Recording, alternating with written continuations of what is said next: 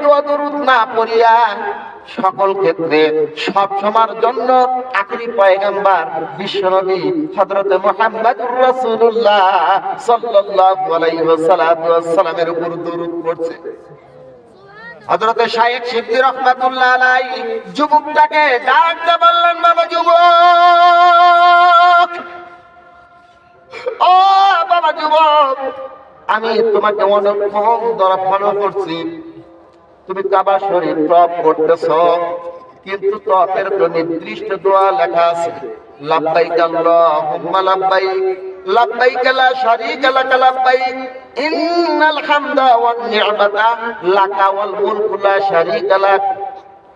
তুমি ওই সমস্ত দোয়া দরুদ বাদ দিয়ে সব সময়ের জন্য আখিরি পয়গম্বর বিশ্বনবী হযরত মুহাম্মদুর রাসূলুল্লাহ সাল্লাল্লাহু আলাইহি ওয়াসাল্লামের উপরে দরুদ পড়ছো।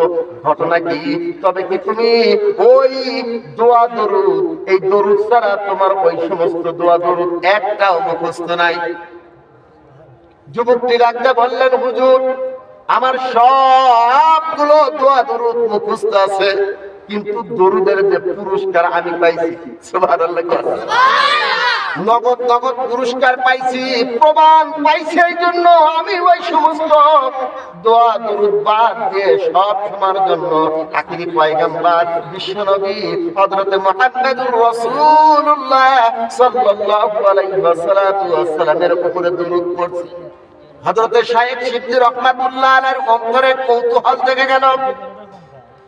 হযরত শাইখ শিবলি যুবকটাকে ডাক দিয়া বললেন, বাবা যুবক, তাহলে তুমি কি পুরস্কার পাইছো একটু তুমি কি আমাকে বলবা?